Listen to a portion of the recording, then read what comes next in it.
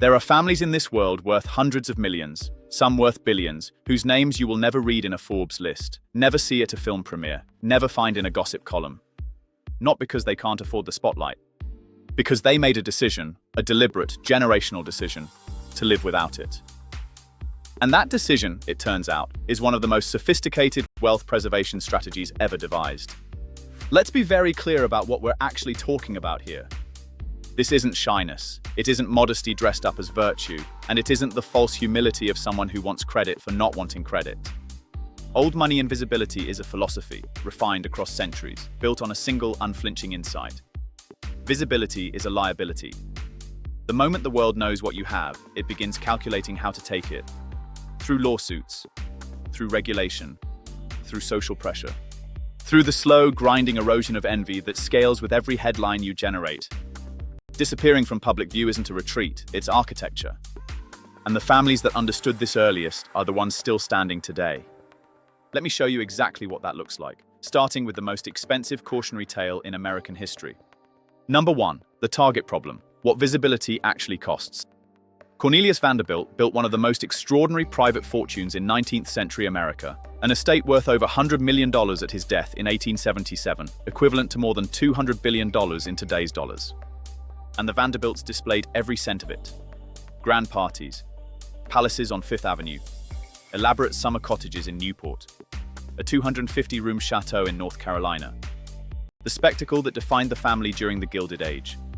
By 1973, when 120 Vanderbilt descendants gathered for a family reunion at Vanderbilt University, there wasn't a single millionaire in attendance. One of the greatest fortunes ever assembled, gone, in less than a century. Now, the Rockefellers were building their empire at exactly the same time. Same country, same economy, same era of industrial wealth. And today, the Rockefeller family is entering its 7th generation with their assets and their influence still very much intact. The difference wasn't luck. It wasn't even a financial strategy at its root. It was visibility. The Vanderbilts performed their wealth for the world. The Rockefellers quietly structured it away from the world's reach. One family built a spectacle, the other built a fortress. Here's the part that stops most people cold when they really think about it. Cornelius Vanderbilt himself reportedly told his son, "Any fool can make a fortune. It takes a man of brains to hold on to it." He said it. He understood it. And then his own family spent the next 3 generations proving him right in the worst possible way. Because knowing the principle and actually living it across generations, under social pressure, surrounded by people who want you to perform, are 2 entirely different disciplines. Number 2, the envy economy, why the spotlight is a target. Here's the psychology that makes old money invisibility not just smart, but necessary. Research by Dutch psychologist Niels van der Ven and colleagues documented something that old money families understood centuries before anyone studied it. There are 2 fundamentally different types of envy. Benign envy, which motivates people to improve themselves, and malicious envy, which is hostile and motivates people to pull down whoever triggered it. Conspicuous wealth, the kind that performs for an audience, activates the second type. Every display of excess is a signal. And that signal says, I have what you don't, and I want you to know it. Research consistently shows that envy is intensified by visible portrayals of lavish lifestyles and extravagant expenditures, creating animosity among those who perceive themselves as less fortunate and fueling resentment that grows most acute in times of economic uncertainty. The families that attract the most attention are the ones that face the most pressure: social, political, regulatory, legal. The ones that disappear remove the target entirely. You cannot resent what you cannot see. You cannot attack what you cannot locate. Number 3, Simmel's secret, why mystery amplifies power. Now here's the layer that genuinely surprised me when I went deep on this, because it reframes invisibility from purely defensive to genuinely offensive. In 1906, German sociologist Georg Simmel published a landmark essay in the American Journal of Sociology, The Sociology of Secrecy and of Secret Societies, in which he argued something that the wealthiest families had been practicing for generations without a framework to describe it. Simmel observed that secrecy heightens value through imagination, that the natural human impulse is to idealize and distinguish what is hidden, giving it a degree of attention that published reality could never command.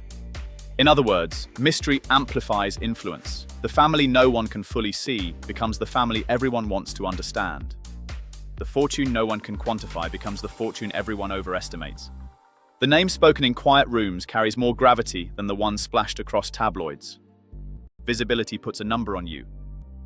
Invisibility lets the imagination do the work, and imagination is always more generous than reality. That's not just protection, that's leverage. The Rothschild family has shaped the financial architecture of Europe for over 200 years. They've financed governments, stabilized currencies, and moved markets from the shadows of public life.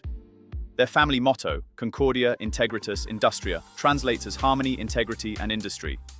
Not fame, not recognition, not influence, harmony. A family that has wielded more quiet power than almost any institution in modern history chose, as their defining value, to stay in agreement with each other and out of the spotlight of everyone else. That is not a coincidence, that is a philosophy, carved into the identity of the family itself. Number 4, privacy is identity, not strategy. And this is the deepest layer of all, the one that separates families who maintain invisibility for one generation from the ones who maintain it for 10. For truly old money families, privacy isn't a tactic they deploy. It's a value they transmit. Children in these households are raised to understand that discussing money publicly isn't just unwise, it's a mark of poor character. Restraint in self-disclosure is a virtue before it's a strategy. It becomes identity before it becomes discipline. And that's what makes it durable. A strategy requires effort to maintain. An identity requires effort to abandon. The family that has internalized privacy as a core value doesn't need reminding to stay quiet. They would find performing their wealth as uncomfortable as you would find their level of restraint. That cultural transmission, that value passing silently from generation to generation, is the real moat. Not the trust, not the family office, not the legal structure. The belief that being unknown is a form of protection, power, and freedom all at once. Number 5, the freedom dividend. And that brings us to the thing old money invisibility ultimately purchases, the thing no amount of public profile can buy. Freedom. When you are not publicly known as wealthy, you move through the world entirely differently. Relationships form around genuine connection rather than calculated proximity. Your children grow up with a sense of ordinary life, with friends who chose them, not their last name. Your decisions, financial, personal, political, are made without an audience evaluating every move. The richest people in the world aren't hiding from life. They're living it, fully, privately, on their own schedule, while everyone else performs theirs for an audience that mostly doesn't care. That is the ultimate quiet luxury. Not the suite, not the estate, not the car.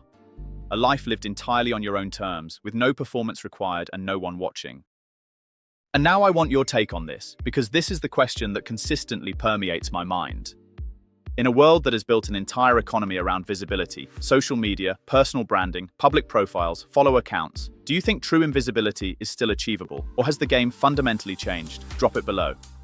Because this community thinks about these things differently than most, and I want to know where you stand. And if you want to continue exploring the 1% disappearing, check out our video titled, Why the Ultra-Wealthy Are Disappearing in Plain Sight. And if you found value in today's presentation, consider subscribing if you haven't already.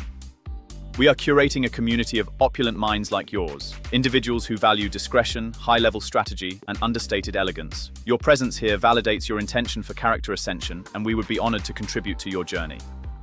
Until next time, remain refined, maintain that elegant air, and may your class continue to radiate opulence.